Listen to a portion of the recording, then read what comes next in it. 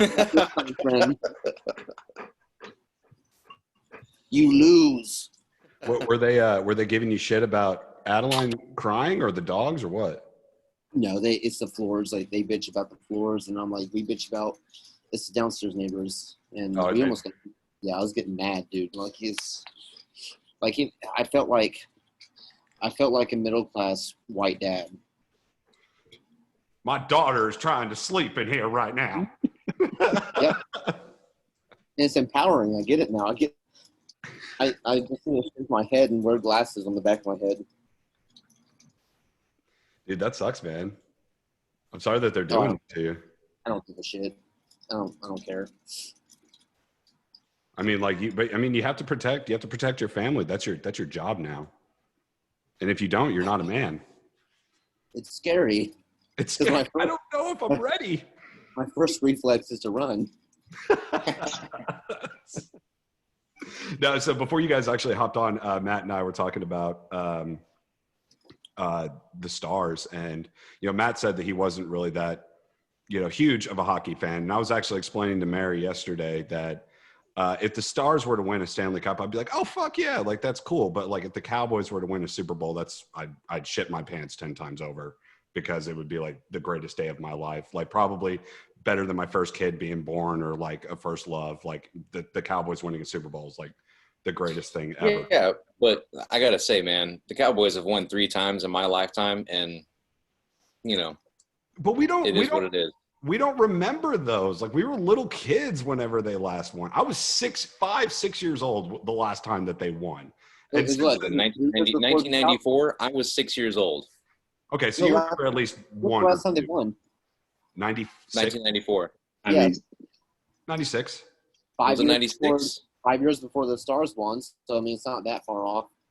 I remember the Stars beating the Sabres, and what was it, double overtime? I think it was Game 7 that they won that, and then I remember watching them the next year. They lost to the Devils in the Stanley Cup. I remember that. And like Brodeur was just a monster goalie basically, and it was just unfair.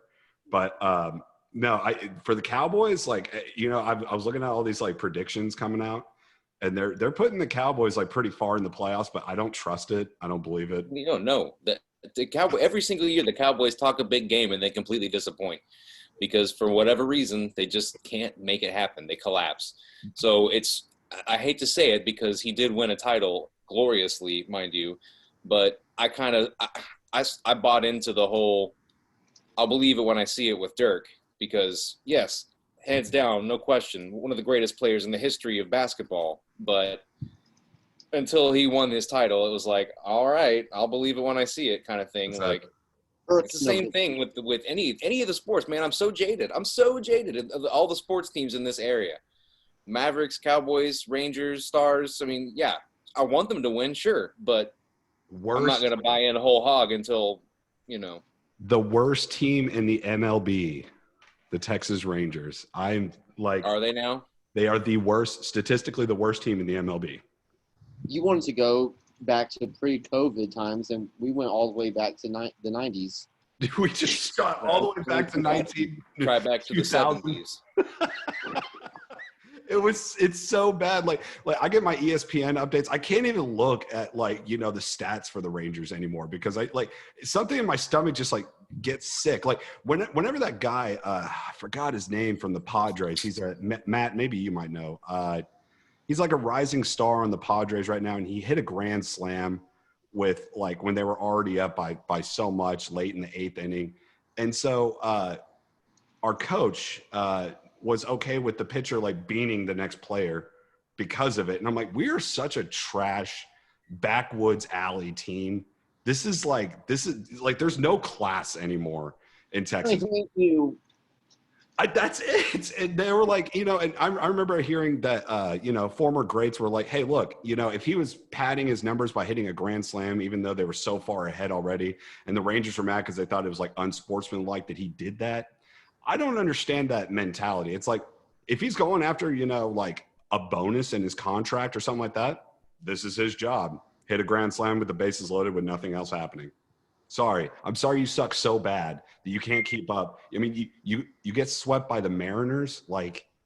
Like, come on, man. Like, this is sad what we're watching right now. So that's why watching the Stars, I'm like, it's just nice to see a little talent and effort being put in Dallas with professional teams right now. Like, sometimes.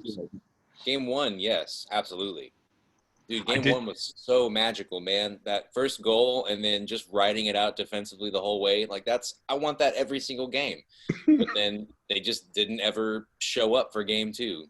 Vegas showed up and said, yeah, remember how you beat us last time? Not today. And then the Stars never responded. They just couldn't get up on their horse. Yeah, it was Even if we make it to the Stanley Cup Finals, Tampa Bay's gonna fucking seriously, man. Like, that's such a scary team. They're playing right now. I haven't even looked at it yet, but that's an insane team without Steven Stamkos, and they're still blowing people out. Like, last game, they beat the Islanders 8-3. Yeah, like 8-3 or 8-2. I think it was 8-2, 8-3, whatever. Doesn't matter. It doesn't matter. After the fifth goal. Well, and it's really funny because right toward the end of that game, the Islanders, or not the Islanders, the Lightning had a 5-on-3, and they sent out the second unit for the entire penalty, and it looked like a gentleman's agreement because they were already up 8-2. Like, all right, now we'll let up off the gas if you guys won't keep trying to push it in on us, because it was pretty embarrassing. Oh, it's 1-1 right now. Second intermission. I know it's against the Islanders, and I know that. I mean, they're projected not to get past the Lightning right now, but I mean, would Vegas actually have a shot against the Lightning, you think?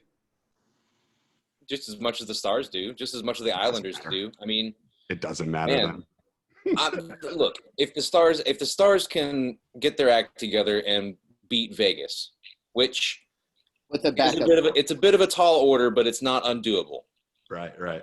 If they can actually get past them and Tampa ends up being in the final, the Stars have just as good a chance as anybody else, especially if they can play their game. Like we saw in game 1, they are amazing. And they're like 7-1 this postseason in one goal games.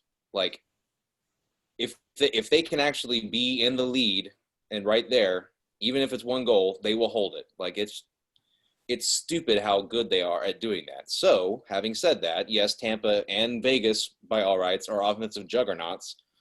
You just have to stop them from scoring. That's it. That's just the way it is. Yeah, I mean, 3 goals in the second period. I didn't get to watch any of it last night. I was out at dinner, but I kept it up. Well, bye, Matt. Anniversary again, by the way.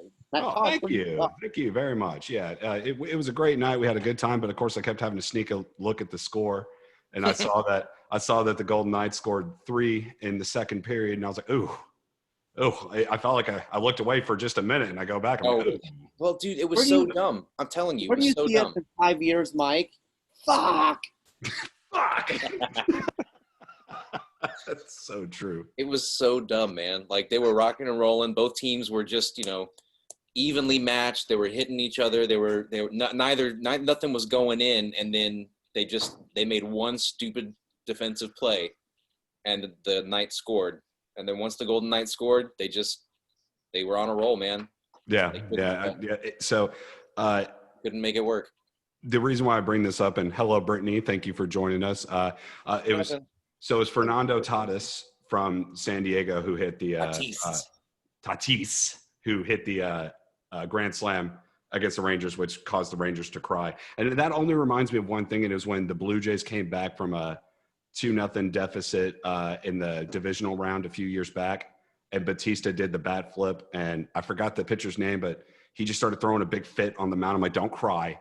You lost the game, but don't cry. Yeah, the game's over if you cry. Like, the Midwest dad your kid totally just bit it, and his teeth are all over the pavement because he face planted. You better not cry. Not cry. Not cry. Can we just make the argument that I could hit a grand slam against the Rangers? Now, you probably could. I'm pretty sure they're playing. I think the Wayside Wildcats have taken over the Texas Rangers baseball club, and that's what we're watching right now. It's really pathetic. But the reason why I bring this up is one thing. With COVID going on for the last 6 months, there's been a lot of different things, changes, and everybody's obsessed with social media at the moment, and a lot of arguing going on. And this is why I welcome Matt Tosh, because this is going to be fun to get some differing opinions going on later. But one thing I want to talk about is what feels so different now, during COVID, than compared to how it was pre-COVID. And for me, it's watching TV or like watching a sporting event, which hasn't happened in months, and not seeing movie trailers. I think that is the strangest thing. You don't think about it until, man, when was the last time you saw a movie trailer that wasn't, on YouTube or something? But they used to always play like Stars Friday. I mostly see shit online. Like, I don't really watch TV. So I've seen a lot of movie trailers, but I guess in that format, no. I haven't, seen that, what is it, the Universal logo? Yeah. Rated PG-13, like, what's this? And it's another fucking Bond movie. It's always a Bond movie. But no, I'm not used to that, but what's that? Or Mission Impossible. Yep. Yeah, that was the weirdest thing. And of course, sports is another thing. I think I just welcome it, all coming back. Matt actually said that he doesn't know if they're really going to finish the NFL season this year. I doubt it super much, man. I don't. I think they're going to go straight through it this year. I do. I think it's going to go. Players, during the regular season, players are going to be able to live in a bubble. Not necessarily a bubble, but they can't go home and see family or friends because then they have a 2-week quarantine, right? Right. So that's correct. So if you visit anybody outside of your team or organization, you're immediately locked down for 2 weeks and you can't play. So you think for 6 straight months. Oh yeah. These players are going to be able to do that without seeing their family, without seeing their friends, without being able to go out, without slipping up, and then having the whole. NBA. I mean, what's going to get fined? If they did it the way the NBA and hockey's doing it, that's one thing. That's one thing entirely. They're doing every single thing in one city. They don't go anywhere other than the hotel or the arena. I mean, that's Lou Williams on the Clippers still couldn't stay away from the strip club. Still couldn't. Who? Lou Williams on the Clippers. Yeah. What was that last month? I think it was. Yeah. That's funny though. No, I'm not surprised that happened. Not because of any kind of personal thing, but I mean, you put anybody in a lockdown like that, you're going to go stir crazy. You're going to want to have to get out and do stuff, which is, again, how are they going to be able to do that for 6 straight months and then still be able to play every week and make their salary? Because, man, one slip up and then the whole team has it or half the team has it and you can't play. I mean, they did that with baseball earlier this season with like the Marlins and somebody else. Like half the team ended up catching it and they couldn't play their games. Yeah, I have a feeling what's going to happen is I think the COVID restrictions are going to start to lift during the season. And I think there's going to be some different adjustments that are going to happen to where they don't have to, stay in a bubble. When does the season start? Do what? When does the season start? Thursday. It starts tomorrow. Yeah. So right around the typical illness and flu season, then they're going to lift the restrictions and then, yeah. And just goes right back to it. Actually, really interesting. I heard some person on NPR a week or so ago was talking about how the cold and flu season down in the southern hemisphere was while we're in summer, the flu migrates because they have winter while we're in summer, of course. Right. So flus migrate down south whenever we have our summer. And that's whenever it hits them. But they are having record lows as far as actual flu goes. So this guy was saying that we actually, as far as cold and flu season, may not see a huge spike in it because, whenever we did the switch from our summer to their winter, there wasn't a whole lot of travel going down that way. And then whenever we switch whenever we go into winter and they're going into summer, there's not going to be a whole lot of travel coming this way. So we may not actually have a massive flu season because we've been. But that doesn't mean we're out of the woods or anything. I mean, Can we prove that the flu isn't a bird? Is it what? Isn't a bird. Oh. That's true. Kill all the fucking birds. But what are you insinuating that the flu migrates? Kill all the fucking birds. Kill them all. So what? But speaking of anything else, like, hey, can you guys think of anything that's just kind of different, except for not working? You know, like what has really been a societal impact that you guys have noticed? Like mine was movies, but I don't know if you guys saw anything. I've got one, but it's kind of a little bit in the opposite of what you're intending. I'm really digging the fact that I can go to any store and yeah, sure, wear a mask, whatever, but I'm not expected to look at people or talk to people or make any kind of small chat or even really stand near people, which, I mean, I kind of want that to continue, to be perfectly honest. Beautiful. Have you, Matt, I don't know if you've ever done this, but at your place of employment, you wear your mask, and do you ever just like mouth, F you, to a customer without actually saying it, and it just kind of feels really good? It's like kind of like flipping them off without actually doing it, but you're just like. No, I mean, I don't do that, but like I'll have that resting bitch face where you're just looking at them with like complete just content to everything that they're saying. You're dead eyes, beaming at them, just like you're a fucking idiot, and I hope you know this. But like they really can't, they can't see it. I'm just like, yeah, you fucking moron. Let me get that Sims card for you. I feel like it's just way too long. I mean, I got pretty decent at that without the mask. I can only imagine what my powers would be if I threw the mask on. Just like I've done it to people, like who are, being belligerent in like a gas station or something like that, but you can just go and like you can't say anything. And I'm like, man, I'm so cool. Like they don't even know what I'm doing. Like this is awesome. Did you just say vacuum? I want a vacuum. I got down like, and I can't ever contain this, like with the mask, just like whenever someone says something rude or stupid, just the blink, like.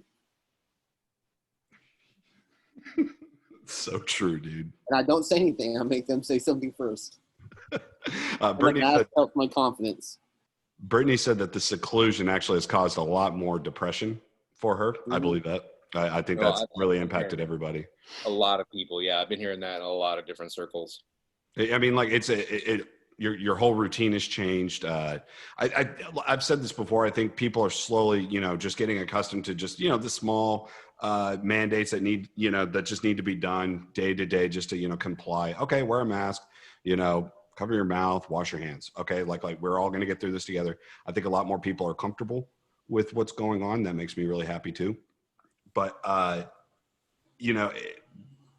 the time leading up to this, I guess, there has been a lot of people who have dealt with, severe depression because of it, because it's like either it could be, not working.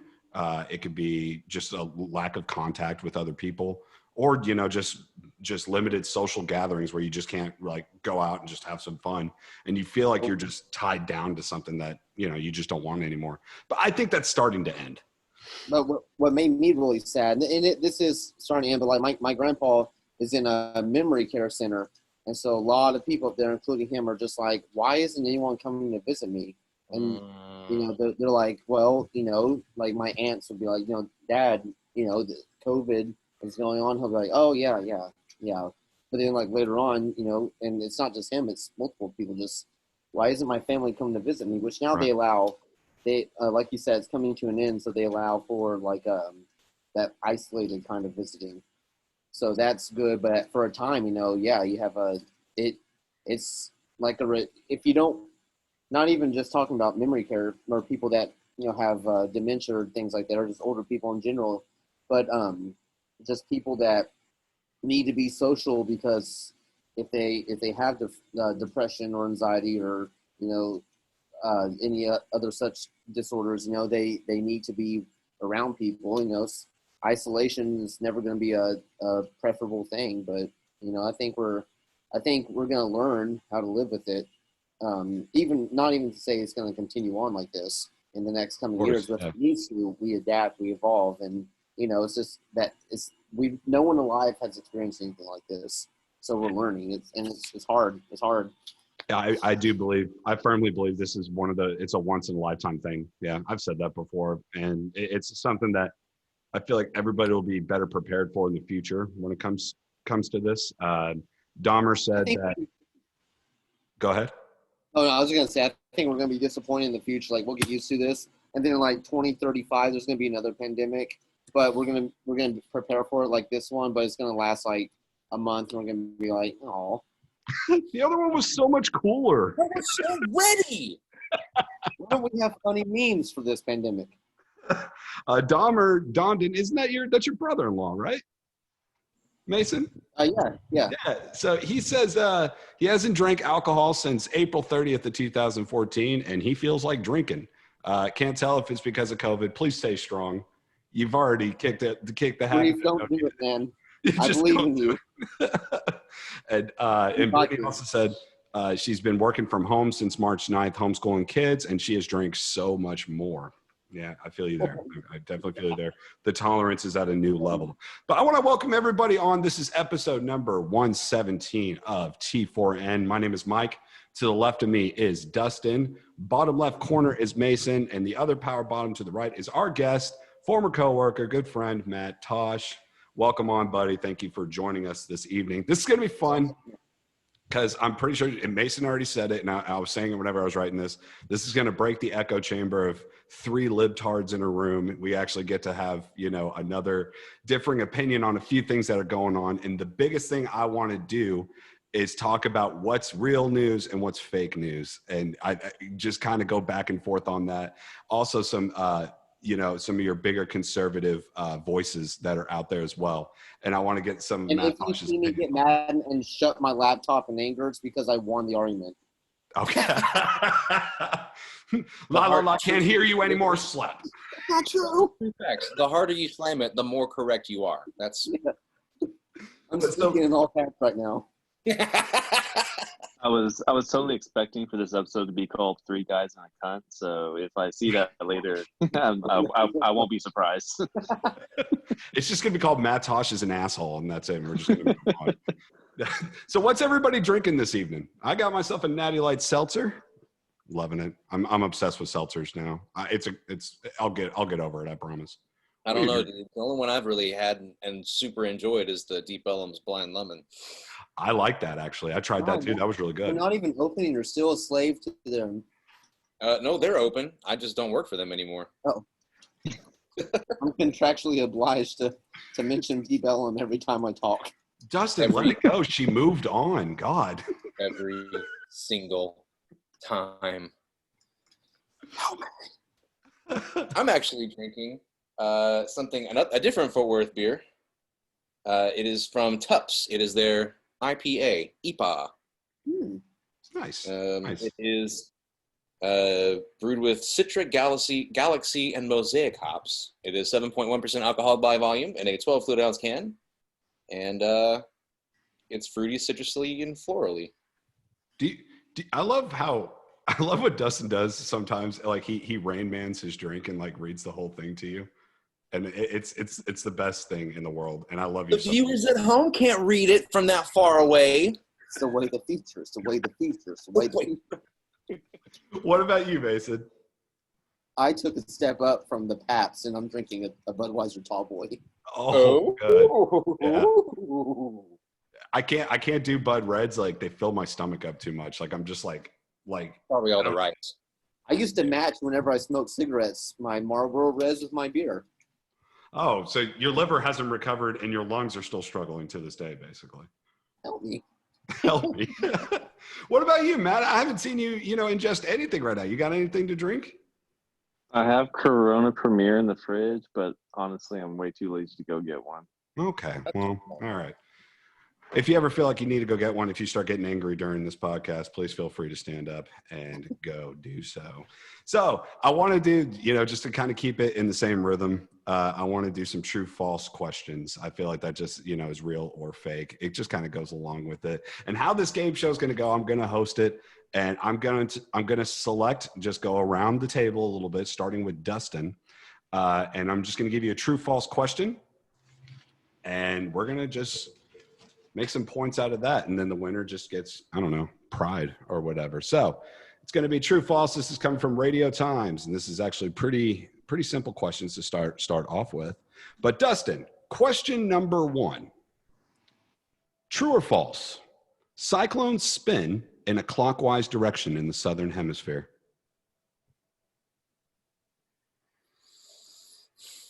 No, you idiot. That's toilets. I'm gonna say false. Well, you're fucking wrong. It's true. All right. Mason, going to you now. No points for Dustin.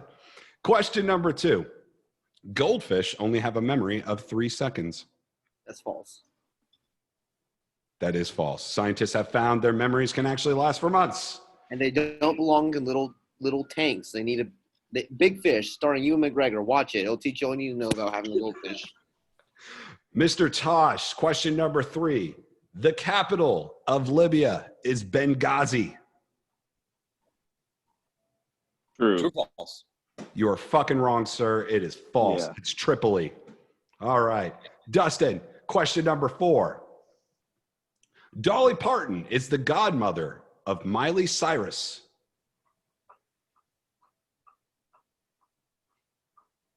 I'll go with true. That is correct, sir. You got 1 point on the board. Mason and Dustin are tied. Let's go over to Mason. Question number, what was that for? 5.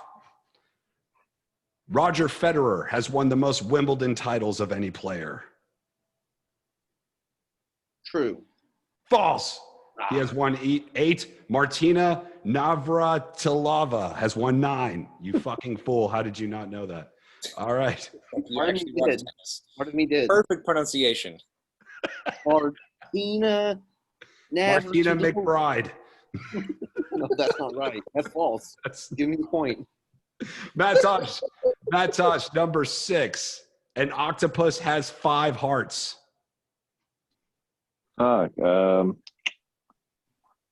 Let's go with true. Wrong, sir. It is false. It only has 3. God, get your shit. I Dustin, knew they had more than one. What a Yeah, foolish assumption. they did have more than one. Dustin, number 7. Brazil is the only county in the Americas to have the official language of Portuguese. County? Actually, that is what it says, is county. I'm dead serious, but it is country. That was a typo on here. I was reading it straight. I'm Ron Burgundy. Go fuck yourself, San Diego. It is the only country in the Americas to have the official language of Portuguese. that's true. That is true. That is correct. So Dustin is in the lead with 2. Number 8, Mason. The Channel Tunnel is the longest rail tunnel in the world. I have no idea where the fuck that's at. I don't know anything about rail tunnels, and I've never heard of it. So true. Hold on. Keep going. Say it again, please. The Channel Tunnel is the longest rail tunnel in the world. Rail tunnel. You're going to say true? Wrong, sir. It is false. It's the Gotthard Base Tunnel in Switzerland. It's 4 miles longer. I don't give a shit, so cool. Next. Number 9, Matt Tosh. Darth Vader famously said the line, "Luke, I am your father," in The Empire Strikes Back. True or false? True. False, sir. The line is actually, "No, I am your father." No. I am your father. Matt, you have got to get on board, man. Of All right. course I feel like you're giving me all these trick questions. This is bullshit. All right, number 10. Dustin. Olivia Newton-John represented the UK in the Eurovision Song Contest in 1974, the year ABBA won with Waterloo.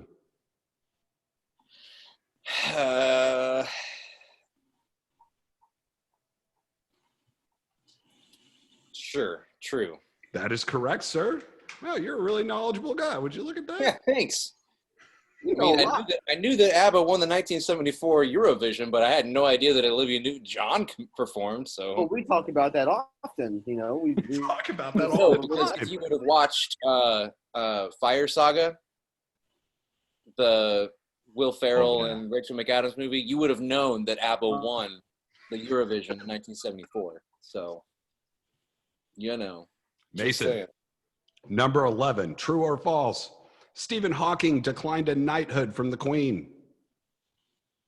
That's true. That is true. That is correct. We got Dustin with 2, Mason with 2. Matt, you're next. You I need a think point here. that you, fertile woman.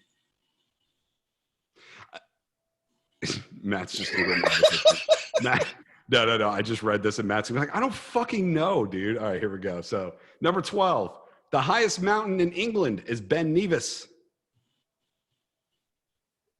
Hip Hop Anonymous. Hip Hop Anonymous. You know what? Let's go with true. God, no, man, it's false. Because that mountain is in Scotland. You gotta get your stuff together. You stupid fucking idiot. How do you know that? So did you say Britain or United Kingdom? England. I said England. England. Okay. But it is in Ben Nevis is in Scotland. How did you not know that? All right. Come on, man. Heard it's Like, lovely this time of year. You're getting the worst luck of the draw with these right now. All right, Dustin. Where are you finding these? What the fuck are you finding these? I found a true false list. All right. Number 13. Nicolas Cage and Michael Jackson both married the same woman. True or false?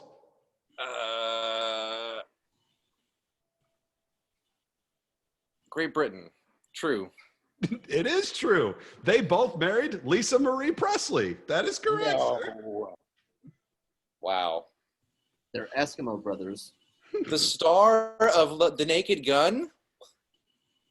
What? So I got Dustin with 4, Mason with 3. Matt, you are still at 0, sir. All right. What? I have 3. You have 3. All right, number 14. Mason, Japan and Russia did not sign a peace treaty after World War II, so are technically still at war. That's true. That is true. Where's Teddy Roosevelt when you need him? Matt, please. Please. I'm feeling a comeback. Or maybe just one, Little Giant style. I'm already laughing at the question. Number 15. Geography. No, it's geometry, actually. Here we go. Number 15. The mathematical name for the shape of a Pringle is a hyperbolic paraboloid. God, dude, what the fuck is the matter with you? I'm going in a circle. Fucking with him is what you're doing. I'm done. Let's go true. It is true. That's correct. Right. You got a point on the board. Here we go. All right, Dustin, number 16. Charlie Chaplin came first in a Charlie Chaplin look-alike contest. I'll say that again. I know I stumbled. Charlie Chaplin came first in a Charlie Chaplin look-alike contest. It was a look-alike contest, right? Mm-hmm. And he came first in a Charlie Chaplin look-alike contest. Okay. True or false? I believe that's true. It is false. He came in third. Okay, He came in third. I couldn't remember the story. I'd heard that he entered one, but I couldn't remember if he won or He if he didn't win. got close. Adolf Hitler came in first. Mason, number 17. Michael Keaton's real name is Michael Douglas. I'm gonna say false. That is true. It is true, actually. Yes. That Like is it. David Bowie, Davy Jones thing going on. I see. Yeah. I have the question to answer, Matt. And okay, all right. Napoleon was of below average height.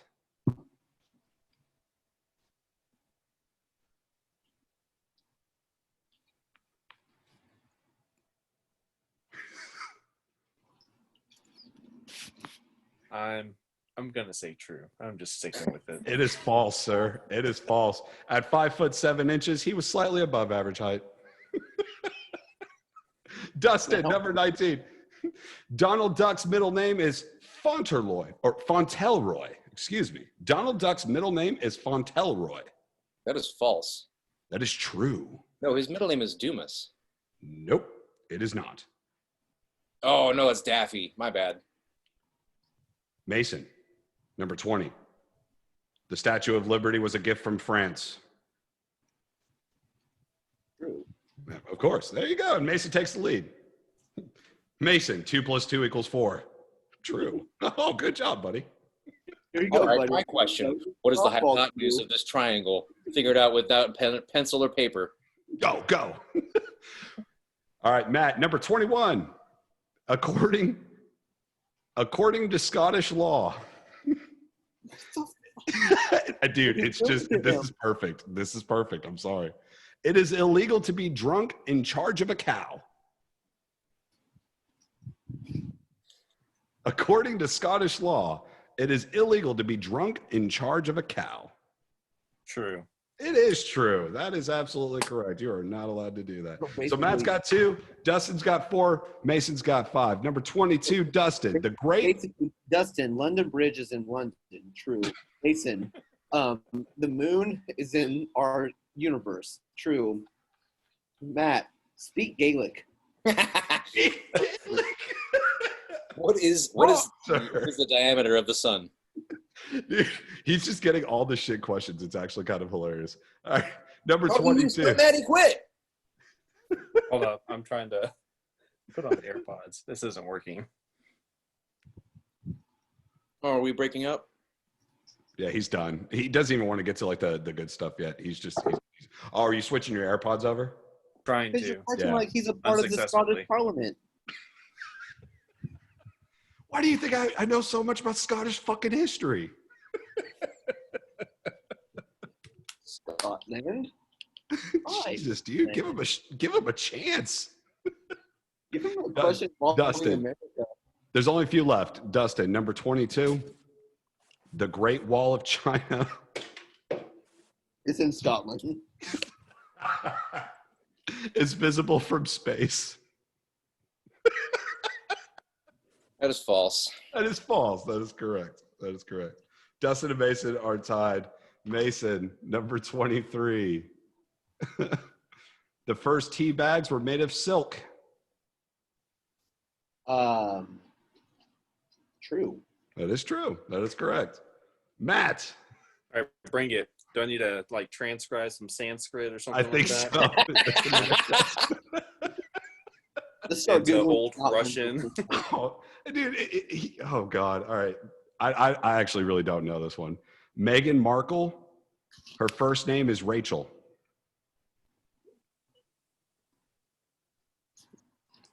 I don't fucking know, dude. True. I don't get the shit an option.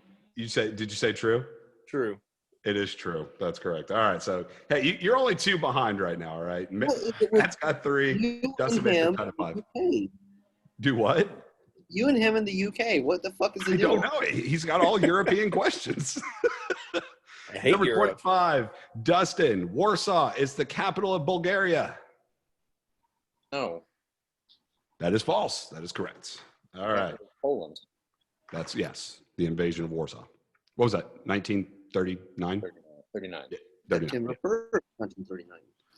All right. Number 26, Mason. A meter is further than a yard. All right. That's some metric bullshit. I know it's at least as long as the AR-15. That's good. Yeah, true. It is true. That's correct. So you guys are both still tied at the moment right now. 6 apiece. Matt, number 27. A woman has walked on the moon. False. That is false. That's correct. 28. I'm burning through these real quick, Dustin. 28. Flying in an aeroplane is statistically safer than driving in a car. True. That is true. That's correct. All right, Mason. Number 29. John Chalice plays Boise in Only Fools and Horses. What? John Chalice plays Boise in Only Fools and Horses. Okay, false. False is incorrect, actually. So he did. So, no, we got 4 left. We got 4 left here. And like I predicted years ago.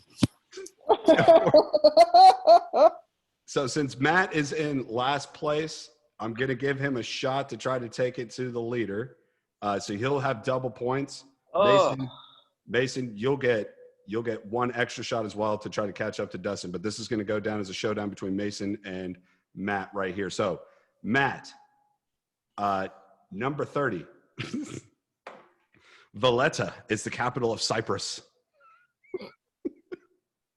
Say that again. Valletta or Valletta is the capital of Cyprus. False. That is false. You are correct. It is Malta. And that puts Matt at 6. And then Mason, I'll give you one double point as well, just to try to make this interesting. The currency of France is the franc. False.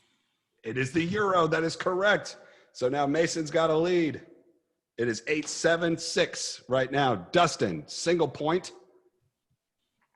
Ben Nevis. What? Are we back on this? Ben Nevis is the Right, tall- in Scotland. I got it. False. It's in Scotland. No, okay. There's only one left. I don't care. Here we go. Number 33. Radiohead wrote the song Love Is All Around. Sure. That sounds like a Lemmy thing to do. Wrong, sir. You are wrong. No, he said Radiohead, not Motorhead. Oh, my bad. You are wrong. And with that, the final score comes out to 8-7-6. Mason is the winner. Dustin, you can bitch about it all you want. I don't care. It's just a true-false game. So that brings me actually to my main point. The main discussion of this evening. Are we done? Do you guys just want to end the show now? We can just end the show now if we need to. The main discussion. The main discussion I really want to talk about, and it's good to have somebody who has a lot of conservative, conviction inside of them, and has for a long time. And so, Matt, I kind of want, before we get, any further into like what's fact and what's fiction, give us some reasons why you lean more conservatively than liberally. Like what are some things that really stick out to you that just makes you support more of the conservative principles? I know that's a very broad question, but just discuss. I mean, I would think the entire paradigm of conservative and liberalism has really shifted. I think I would really view myself more as actually a classic liberal, to where, like, if you look at you go back to like JFK, and kind of what he stood for. The entire principles of kind of what he wanted is not what really liberalism is today in my eyes, from what I see from people who claim to be liberals. There still are good ones. I mean, but there's a lot of people who have shifted way, way, way left, which I think is very damaging on a lot of different things, because I can get into that later. But no, for me, it's just I'm kind of that live and let live. I mean, let me do what I want to do. I'll let you do what you want to do. You keep what's yours, I'll keep what mine. And, if we have differences, let's discuss it and meet somewhere in the middle. So what's some of the rhetoric that you hear throughout, on the news or day to day on social media that comes from like a liberal side or a liberal point of view that bothers you the most? What's something that really irks you on one side? I don't even know if you would call it really a liberal side. I mean, I just look at all sorts of different things. I mean, for instance, like we can talk about like Kyle Rittenhouse, for instance. He's kind of more recent. You read articles and it's teen murders to peaceful protesters, and then you watch video of exactly what happens. Like I don't really understand how you call that peaceful protesting. Now I also don't really understand how you would call that murder when someone's literally holding a gun. Someone shot a gun, not necessarily at him, but he didn't know that. And then you also have a kid trying to hit him with a skateboard in his head and 4 people chasing him. Like, I just don't understand where, I guess, that line gets drawn that's murder instead of self-defense. So there's more that goes into it than that. There has been videos that were released of how he did open fire first that I've seen. There was a video that was released, I think, about 3 days ago, that he had shot an individual and did call his friend afterwards. And they were trying to look for somebody, if anybody actually had that video of that part happening.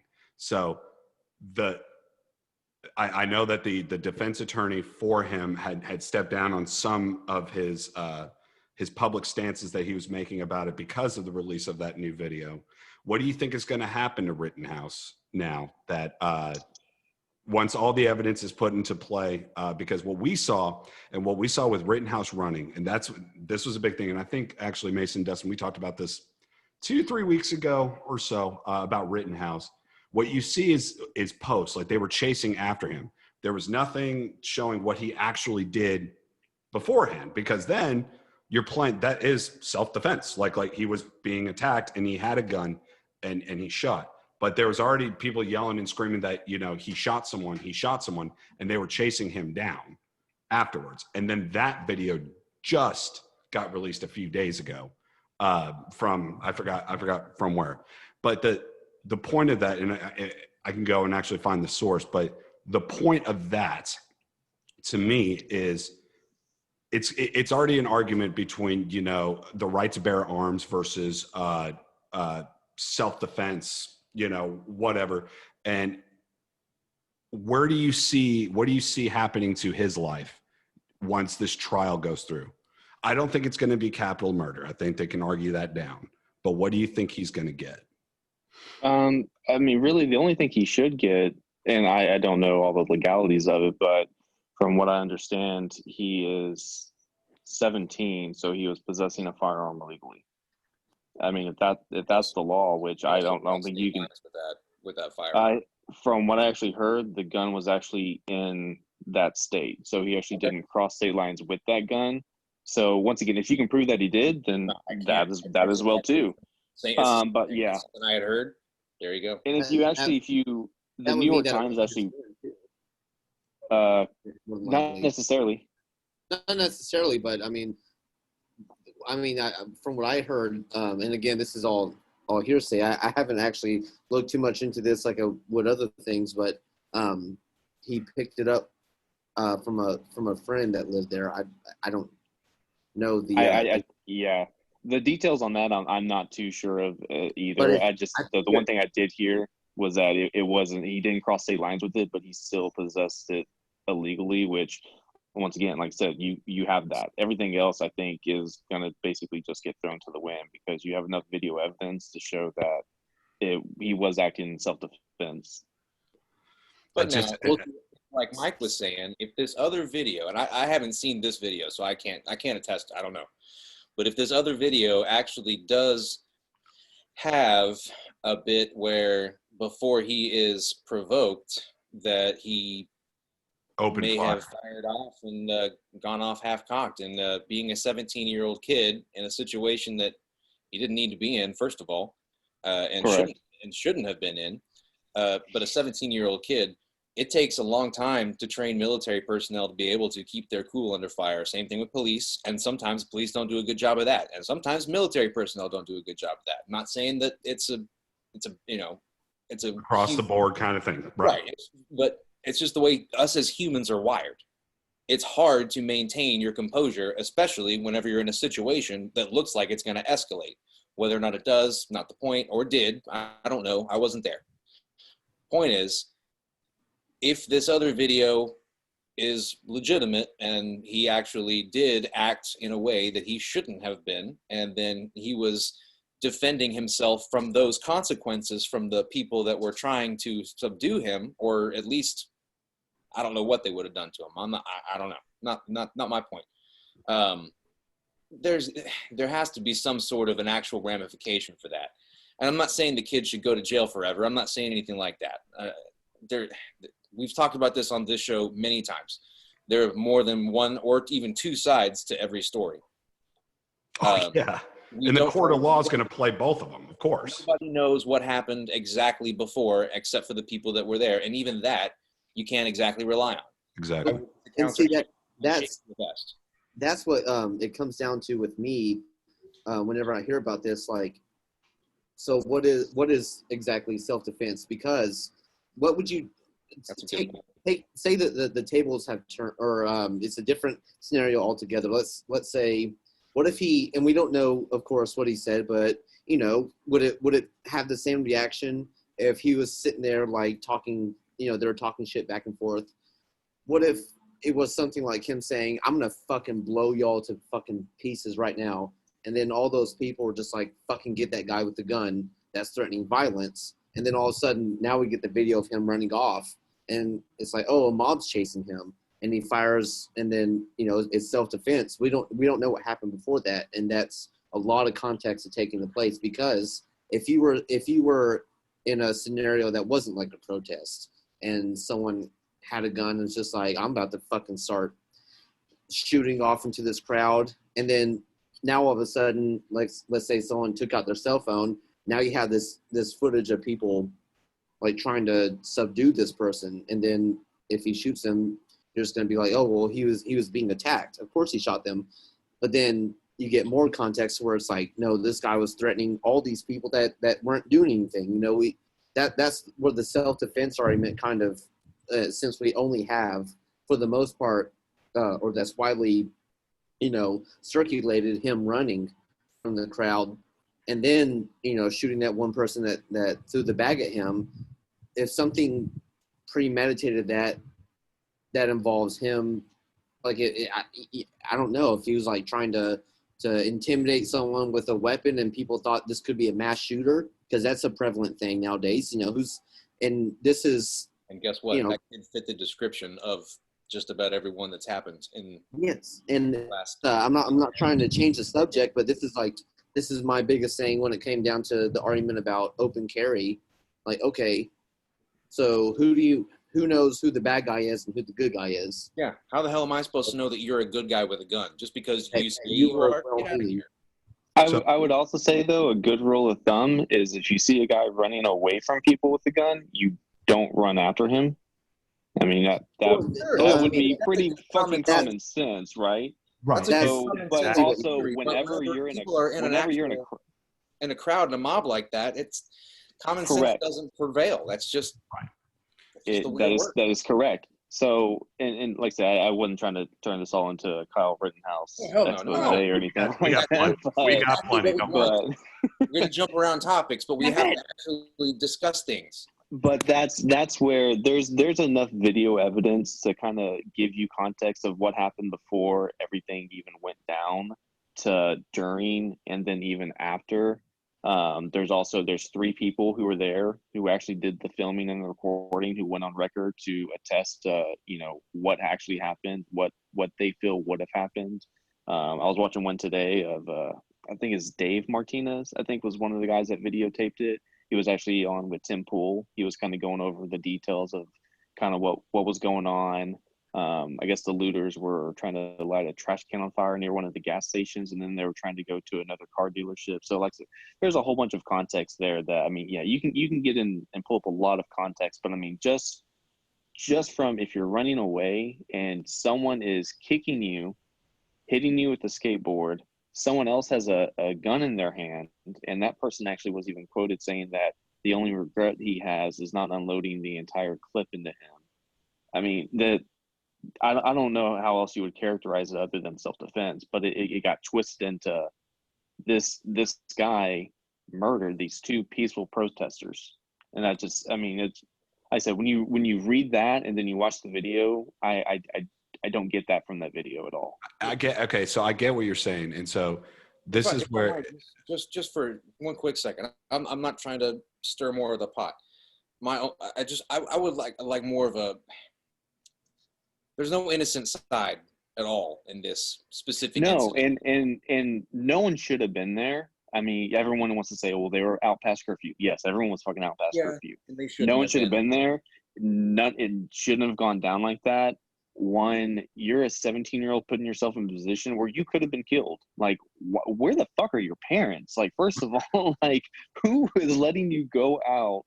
I mean, yes, he crossed state lines, but it's like 30 minutes from home. Like, most people travel 30 minutes to get to work in the DFW area. So, I mean, that's not really, but yeah, no one should have been there. It never should have gotten to that point. But I mean, it is what it is. But at once again, at what point does it go from murder to self-defense? And I think majority of people when they watch, I think majority of the people who watch just the videos that are put out are gonna see, it wasn't premeditated. He wasn't going out there to actually hurt people. I mean, he was actually at a med kit. He was actually, just before all this went down, he actually went and helped someone and then was coming back.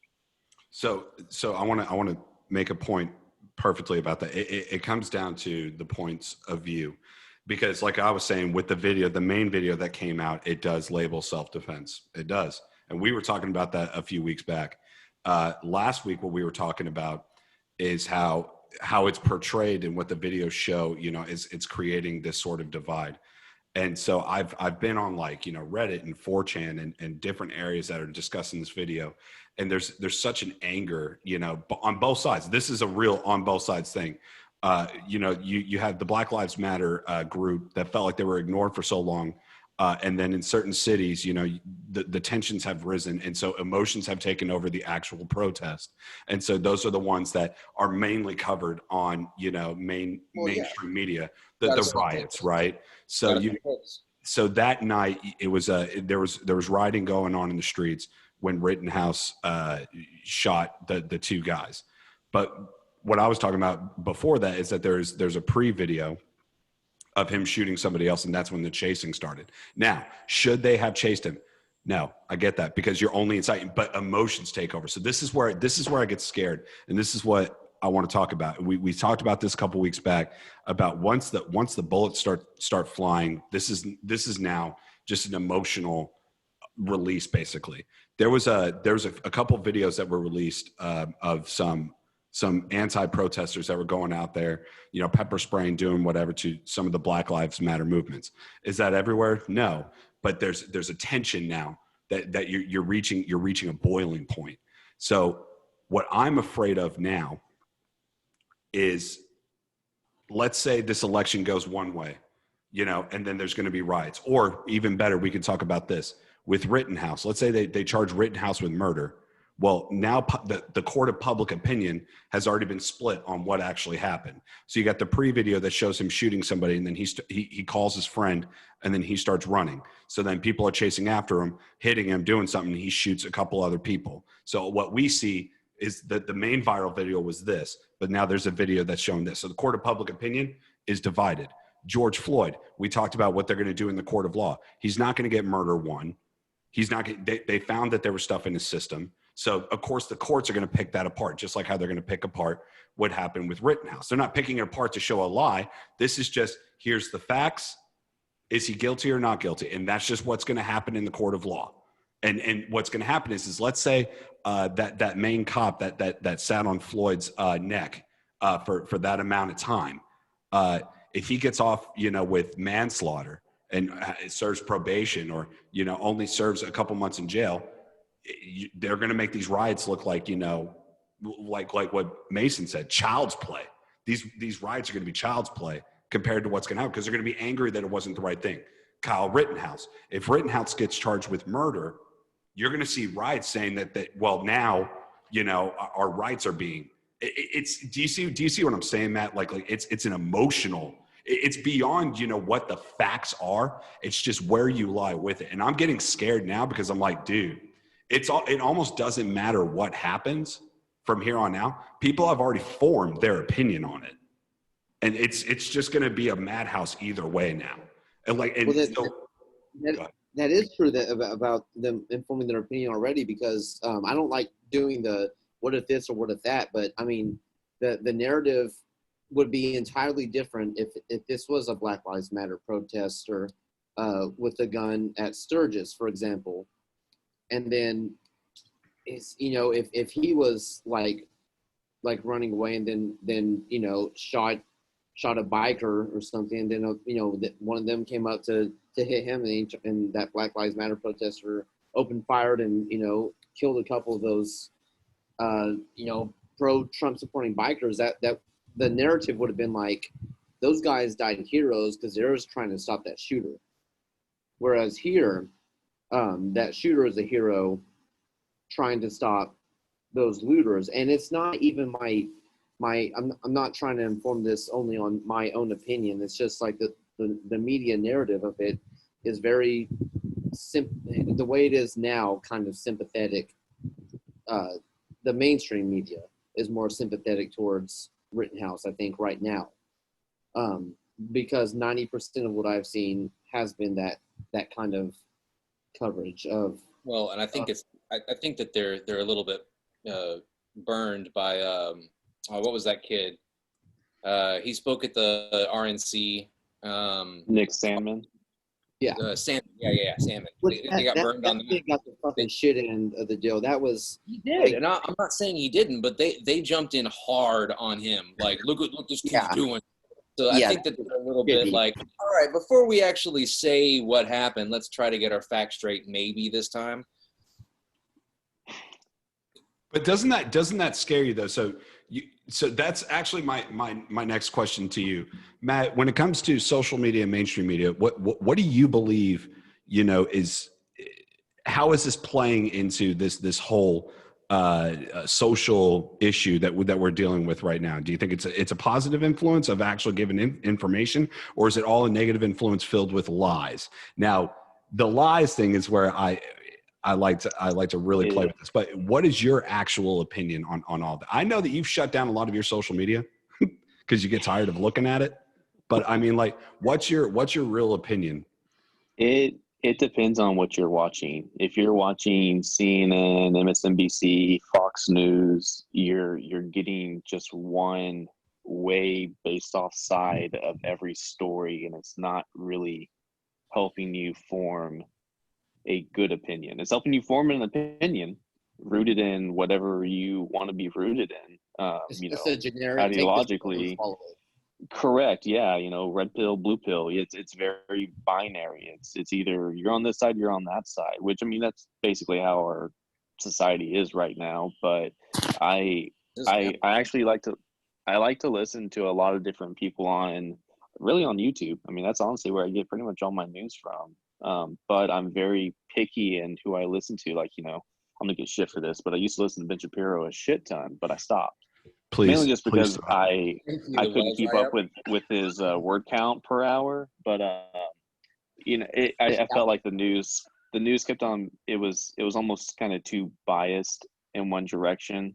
I still do like how he actually will present facts to you and kind of lay them out. Yes, he cherry picked those very well. Yeah, and I mean, those very well too. And everyone can manipulate and twist facts to how you want them to be perceived. But you got to be picky about what you're listening to. I mean, I think what was it?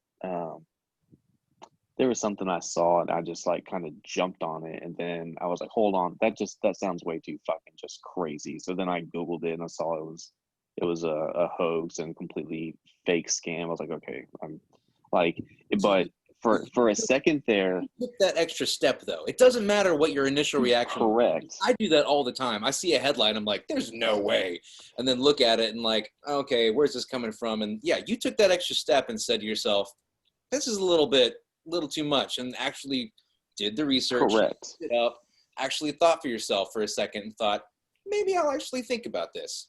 That's a good thing. You don't have a lot of people that do that. A lot of people get their news from Twitter now, which you get your news in 160 characters, and then you go off onto the next thing, and then that is what you are rooted in and what you believe for the rest of eternity until really someone tells you otherwise. Twitter melts my brain. I can't. Yeah. That's one thing that's very teachable for me as a very hardcore liberal, the Trump presidency, because I hate Donald Trump. I do honestly think that he is one of the worst presidents we've ever had.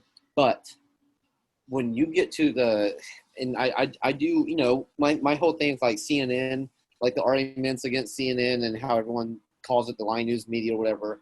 It's like, well, CNN reports something and it happened. It's not untrue just because CNN said it. But when you get these like headline grabs, get it all the time now. I don't even, and it doesn't make me feel sympathetic for Trump, but it's more so things like like The Hill, or just these websites that are very liberal. And it's just like, Washington oh my God, like Trump has dementia, which I do think, but like Trump can't walk up a ramp, or look at this video, Trump failing to do this, and you watch it, it's just like the one that really made it noticeable to me is like this is Twitter mostly retweeting this website, but it's just this video how Trump, he can't even walk down a ramp. Oh my God, what the fuck. And then you watch it, and you kind of walk slowly down a ramp, and you're like, that's not. Yeah, you're I reaching saw for that. belittling. Yeah, that's. Well, no, he jogged the last 2 or 3 steps just to make sure. Oh yeah. But then when it also comes down to like, and this goes to like bills, like Republicans shoot down veterans assistance bill, or Democrats shoot down stimulus bill, and then like you actually read it, and, like there's a lot of writers from either party, like Republicans will pass this bill if you outlaw abortion in every way, or Democrats will pass this bill if you make digital currency the only. It's just like extremes like that, and it's like, okay, it's not that like twirling mustache, like, nah, we're gonna destroy the country. The problem is this has been so much more been to the it. way You our have to look- country's been run since the beginning, man. Andrew Jackson did it very famously, as far as, I can't believe they wouldn't pass this. That's going to be so good for you, but wouldn't tell you all the stuff that he was trying to sneak through. I mean, this has been going on since the dawn of the country. Yeah, The bias in news media, not just mainstream, but the bias in any news media has been there since we started writing newspapers. I mean, there is a very vast difference between the New York Post, which was, I believe, founded in 1830 something, versus the New York Times, which was a couple decades later, I believe, but one ended up shifting more towards a working class group, and one was shifted more towards the money-making group. I mean, it's just been the way that it's been. So okay. So Matt, my next question to you, we're less than 2 months away from the next election. This whole fear that, that gets instilled that the election is fraud, it's going to be fraudulent, or something like that. Do you not fear an outcry or an uprising if it doesn't go in Donald Trump's direction? Do you not fear something happening, like this? Let's be fair. What's that? Or the other direction. Let's be fair. Oh yeah, absolutely. But do you not fear both sides are calling it the end of democracy as we know it if the other guy wins. Yeah, and that happens all the time. Hug your children. America died tonight. Whatever. But this whole thing, if the way the tensions are, left and right, like people are polarized, right? Do you not fear some sort of uprising happening if it doesn't go one way or the other? This 2020 election. It depends. So, y'all are both right. So in either direction, there's going to be something that will happen, but it depends on, I guess, the factors that play leading up to that. So we're not going to have mail-in voting. It's not going to happen. There's no way they can get their shit together to make that happen in time. And county after county, state after state has found fraud all throughout, even trying to manage it. So it's just not going to happen. I think they found it before it happened. That's the key to it. Correct. So fraud and wasn't committed; it was only attempted, but they were able to. No, they've literally. I think I just read an article yesterday or today.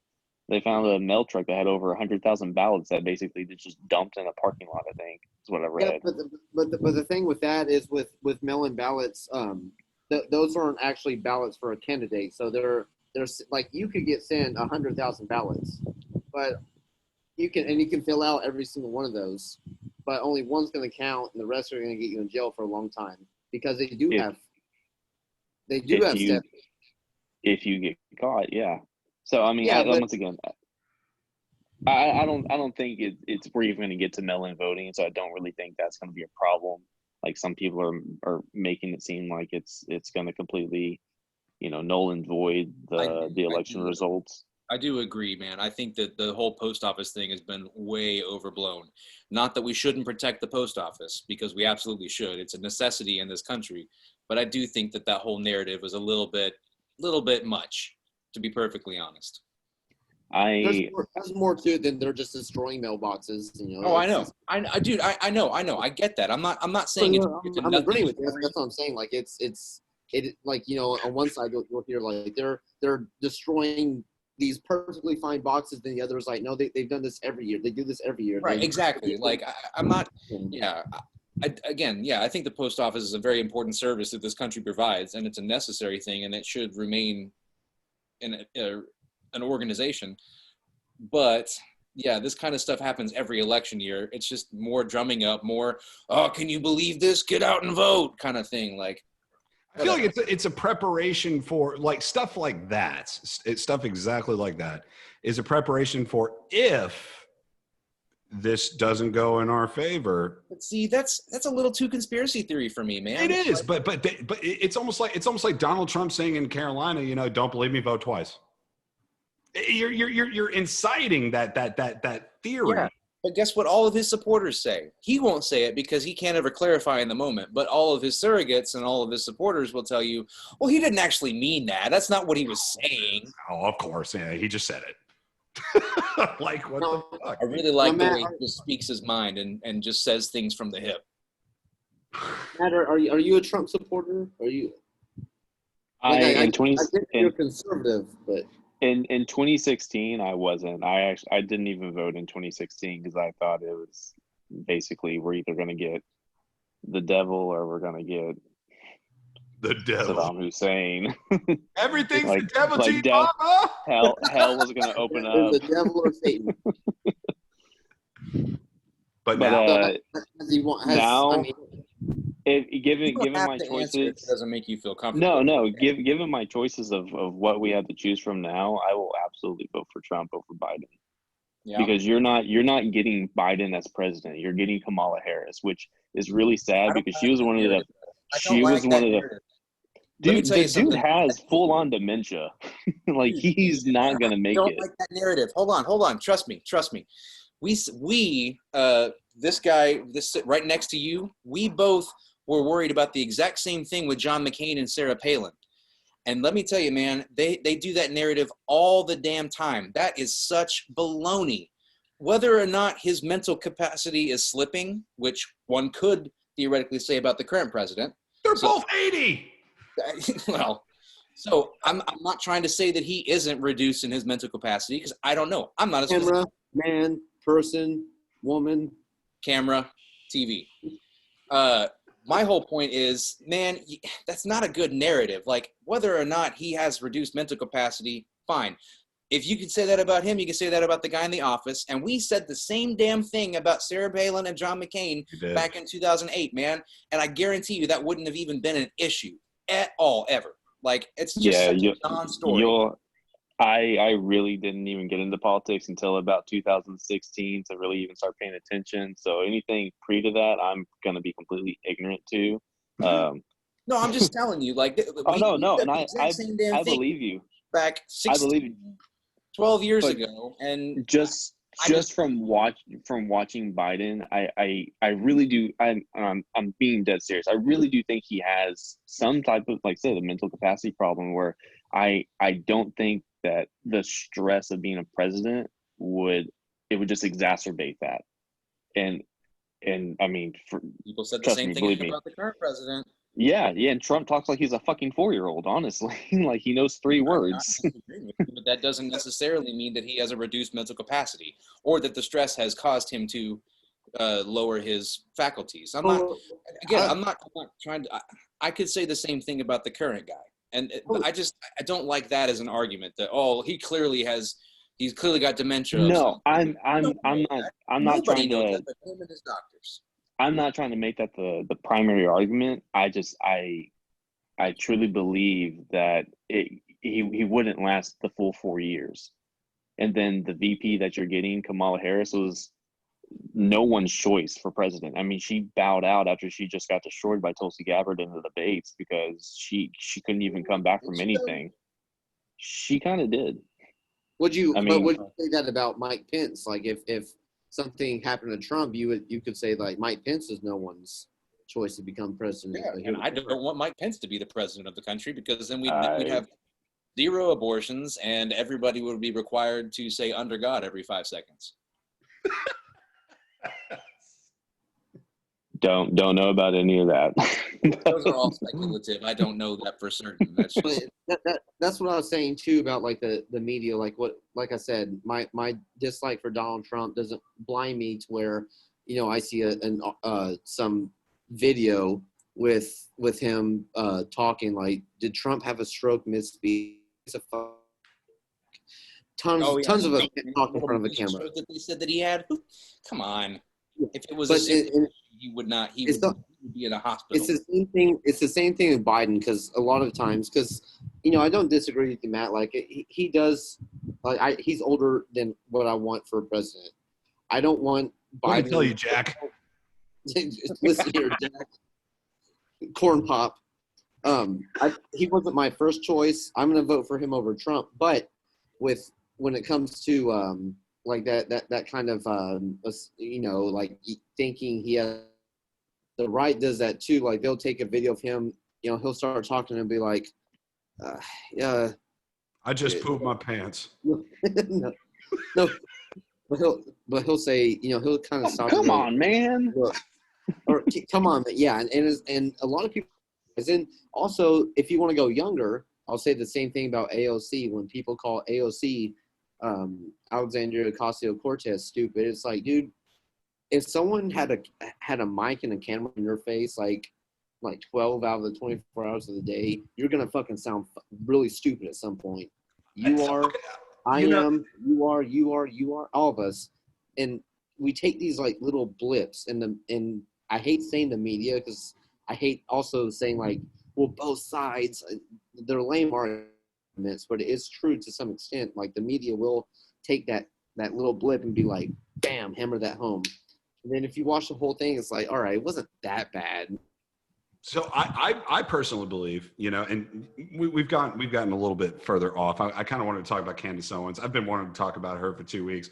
We're just not going to have the time to do it. But, so I personally believe that for this election, it's going to come down to that first debate. And what do you see, Matt, like in your prediction of the future? You don't have to agree, Dustin. That's fine. I do. I think it's going to be two people who are 80 years old that are just battling this out right now, robot war style. Okay. And they're going to maintain their social distancing. And so what do you see happening in that first debate? A word count of 17. 17 total words will be spoken. Yeah, well, of those 17, it's going to be 9 for Biden and 8 for Trump, and Biden's better. So that's just all it's going to be. Trump's going to say a lot of, do you believe this guy? And Biden's going to be like, listen here, Jack, I did 17 push-ups. By the time you finish that question, no one's going to tell you you can have Stromboli on Tuesday. Everyone's going to be like, lay him down. Lay him down. He's overheating. I think, because, there's so much, it's already mudslinging going on right now. There's going to be big revealing things that are going to happen in October, to why this candidate is not to be trusted. Trump's was grab him by the pussy, which I really thought was not strong enough. Like, I don't know how they thought that was going to win. I was like, that's not that. That's it. In 2016, no, that would have done. Chase and I were talking about this earlier. Like, what? I forget what moment he was talking about, but there was a specific moment where it was the Jeb please clap moment. That was the death. That was the death of politics as we knew it. Because seriously, because up until that point, I mean, what was the guy's? We're gonna go to Minnesota, and then we're gonna go to Maine, and we're gonna go to Washington. That ended his political career. Not his career. He's one of the most genius Democratic campaigns that we have that's ever been. You're not wrong. Howard Dean, that was his name. But Howard Dean, yeah. that ended his career as far as being a politician. Like, that's what did it. A simple and then Chappelle making fun of you for it. Like, that's what. Where did that go? Where you can literally have audio footage of saying, grab them by the pussy. When you're a star, they let you do it. But that doesn't matter. We're good. We can let all of that slide. Because they didn't give a shit. I want to date my daughter comments slide. We can let all of that slide. That's fine. It's so weird. I will say this. Let me say this about Donald Trump. And, you know, Dustin Mason, we've talked about this. He has had one of the greatest political campaigns in the history of the United States. Oh, for sure. Probably the greatest. Hands fucking down. I'm sorry. No, the 2016 presidential campaign, probably the best campaign in the history of this country. The way that he used the media and the free advertising, And the way, and what I believe, and Matt, you're not going to agree with this. I don't give a shit. But no, so the way he, you know, tapped into his platform, his supporters, he knew exactly what to say, you know, what would trigger them and what would make them follow him. And in order for the Democrats to win, and I'm the biggest skeptic of the three of us, I feel like, when it comes to this next election. I think, Mason, you know, we hang out, you know, every other week or whatever, and we always bring this up. And if they think playing softball with Trump is going to win the election, it's no longer about policy. It's not. We can tell right now we're so polarized. You know, the Kyle Rittenhouses and the George Floyds and the Black Lives Matter, everything going on. It's almost like we don't give a fuck about policy, but one has to outmatch the other. And so it's a game, it's a chess match. And the thing is if you can't take a page out of Donald Trump's playbook and use it against him, you have to make him, you know, you have to make him squirm. You have to make him struggle a little bit. And if you can't do that, you're not taking this. This is why I think this is why. It won't work, and let me tell you exactly why. Because it is from his playbook, and he'll be damned if he's going to let you use his playbook against him. Let me tell you why. If you try to use it against him, all he's going to do, oh, look at what they're doing to me now. Look at what they're doing. Well, you did this before. Never did it. Never did it. Where's the proof? You don't have it. That video doesn't count. Let me tell you the difference between Biden and Clinton right now. So with Biden's campaign, he is playing Trump toe to toe. Oh, for sure. Because he is telling running a much better campaign than Clinton. He is telling, because what Hillary did was she said what she made the same mistake Romney did. Like, there's the 47% givers and takers, and everyone, like, that was Romney's death knell. Like, he never recovered after that. Full of women. Not even that, just the 47%. Like, some are givers and takers. And Clinton, she said Trump supporters are deplorables. And that fucking was the dumbest fucking comment made by a presidential candidate in history. Sure was. Biden is not just taking the cue from Trump. Biden is also saying, telling, you know, even people who don't support him, like, I'm going to support you anyway. He's a bad guy. He's a fucking asshole. He's just, like, shitting on Trump constantly. But he's telling the supporters, like, look, if you come to the fold, take that for what you will. Like, I'm going to be your president. I don't care if you support Donald Trump. I'm going to be your president no matter what. And Trump lost a lot with his alleged, and I say alleged because we don't know for sure, but the losers and suckers comments about the military and at the cemetery. Do you believe that? So, do you believe that happened, Matt? No, I mean, no.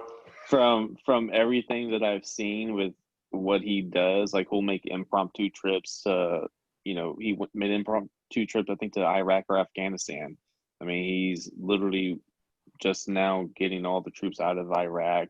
And then even the guy that was in the photos that was being passed around, I mean, granted, that's he doesn't know either, but he was like, stop using my face. Quit using my picture to try to promote whatever narrative you're trying to put out there about Trump saying or not saying something. Because I guess he got third-degree or first-degree burns or third-degree burns, whichever's worse. I think lost part of his arm or hand or something like that. But I don't know. And then I think the last thing I saw was 5 people or 5 witnesses. I think we're like, no, he never said that. It's just another one of those things. And the heat of the next 2 months that we're gonna hear, it's gonna get stirred up and be like, oh, this happened. How mad will you get? Oh, great. Let's go to the next thing next week. How mad are you gonna get? All right, let's go. And it's gonna happen on both sides. I don't think you're wrong in the slightest, and I don't think that's why I said alleged, because right. I can't say for sure. I personally doubt very much he actually said those specific words. I really do. But as a lot of very reputable bipartisan, or rather nonpartisan news sources have confirmed parts of the story, not the full story, but parts of it, in which one White House person was quoted as saying that, yeah, he says things like that all the time. So I could understand. Maybe he said it, but not saying it about them, and No. I don't. misconstrued it. I Maybe, or honestly, I doubt he actually said the words "losers" or "suckers" about it ever, or at least not within earshot of anybody that was relevant.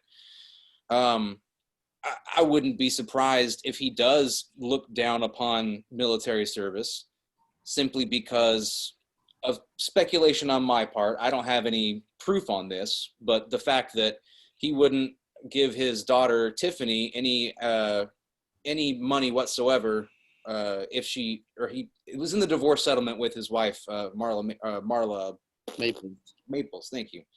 That they would be completely cut off if Tiffany ever joined the military. And not only that, but Donald Trump Jr. almost joined the military, but was also threatened with being cut off financially from the family. And lo and behold, he did not join the military. Khizr Khan in the campaign. Do what? The Gold Star family. Oh yeah. Insulting Gold Star families, insulting John McCain even after he was dead. It's not hard to believe that he would make some sort of a statement similar to that. That's all I'm saying. And I'm not saying whether or not he did or didn't say those words. I have no idea. Again, he doesn't help himself in the argument. Yeah. So the guy that speaks his mind and doesn't have a filter and shoots from the hip says things that gets him into hot water. Go figure.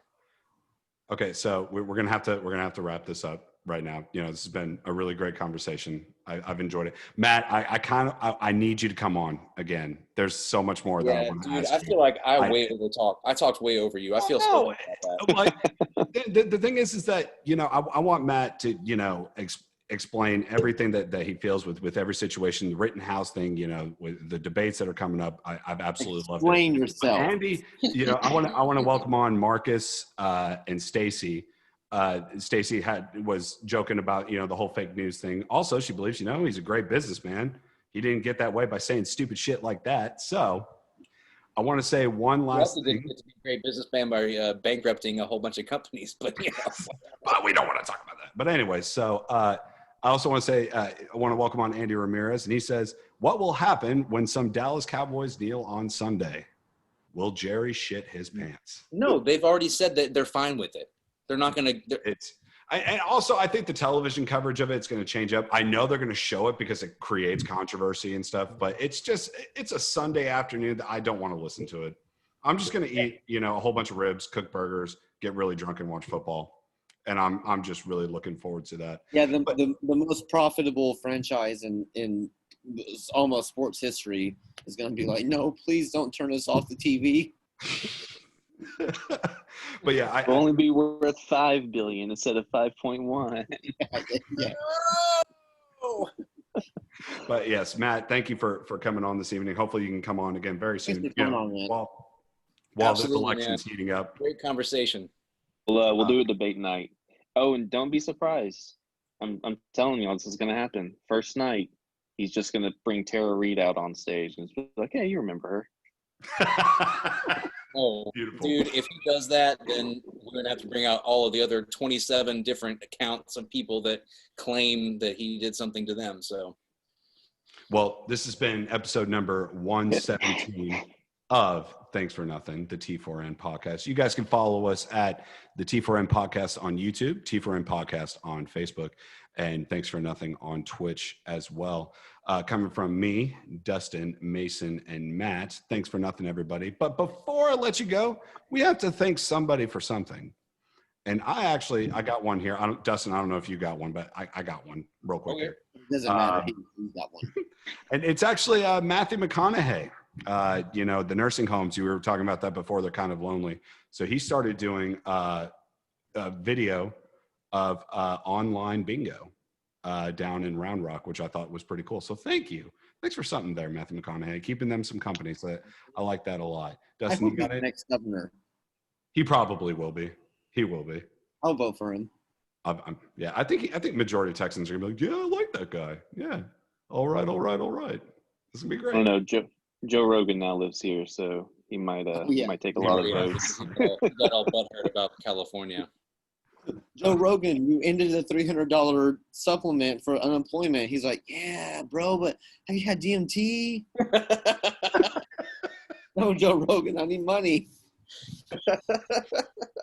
Anybody else got anything they want to add? Because we're closing this out. Just a speck of dust. Oh, and here's your speck of dust. Oh no, I Stop. don't. You didn't ask them. No, I just want the speck of dust. I could pee so bad right now. Oh, okay. So why don't you just go ahead and say a fucking speck of dust? Say it. Is a speck of dust like a money shot? Like, well, I don't know everything. Close your eyes. Just let it wash over you. Close it. The odds Like Free Willy. The odds of getting a royal flush in poker are 649,739 to 1. So you're saying there's still a chance? There's still a chance. And there's a chance. I got to pee too. I'll be right back. Hold on. Oh no! Seriously, dude, thanks for coming on, man. Yeah, absolutely. Thank you. That was a really good show.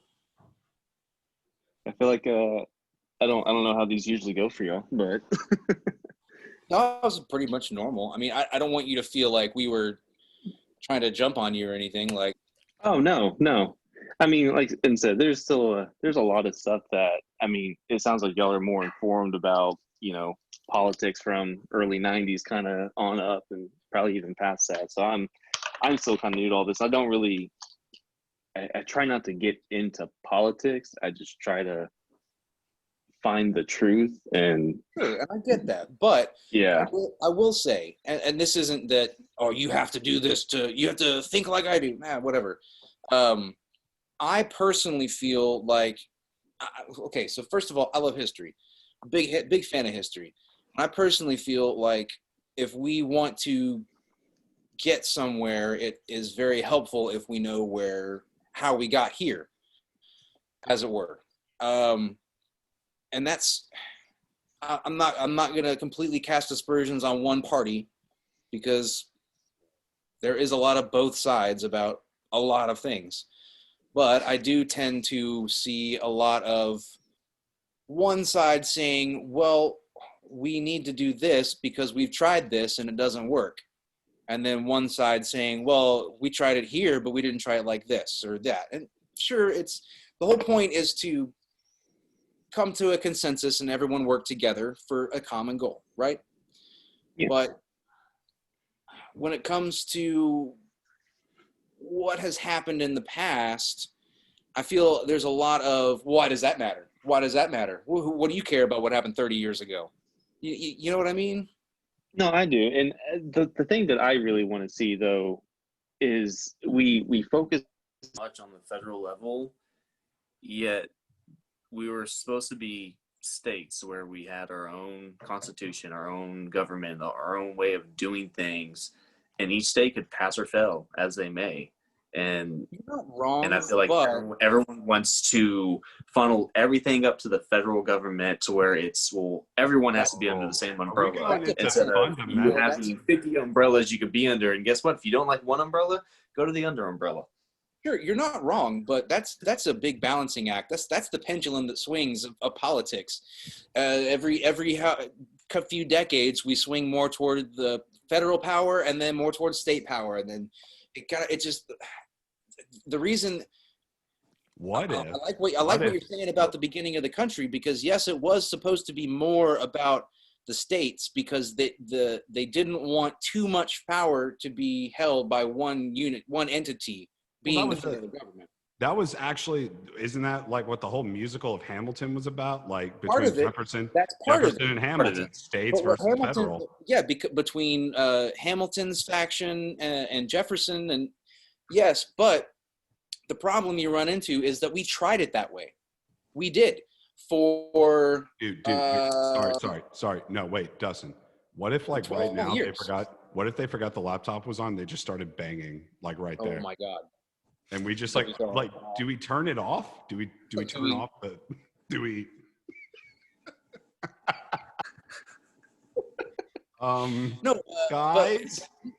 we tried doing that for like 10-ish years, like 9-10 years with the Articles of Confederation, because those they granted way more power to actual states than they did to the federal government. The federal government almost Okay, had no Dad. power. What? Okay, Dad. You're the only dad here, buddy. Actually, no, Matt's a father. How are you? Congratulations. He's a father. Yeah, Matt's I'm a actually father. I'm in my kid's room. He's a fatter. He's a fatter. But yeah, no, we fatted, tried fatter. it. We tried it with the Articles of the Confederation, which was a libertarian wet dream as far as, man, the federal government's got almost no power. We are completely run basically by our local governments, and there's nothing inherently wrong with that. However, and if you want to shoot guns at whoever, and if you want to fuck 12-year-old girls, and it's own good, man. slaves and all this good stuff. Yeah, whatever. Anyway, the point is, Yeah, what we found out during that time was that system doesn't work. We found out what the EU is going through right now. The EU is going through a lot of the basic issues that we did when we started as a country, because we wanted all of that individualism, but we also wanted a strong, like a country, like an umbrella, as it were. And basically, just for trade negotiations, they couldn't raise taxes. There were no taxes under the Articles of Confederation, only tariffs. And it's not strong enough to compete with other global powers of any level, whether they be Russia or China, or even back in the day when we started with England and France and Spain. We couldn't compete. There was no way. We had to have at least more of a backbone going into the federal government than we started out with.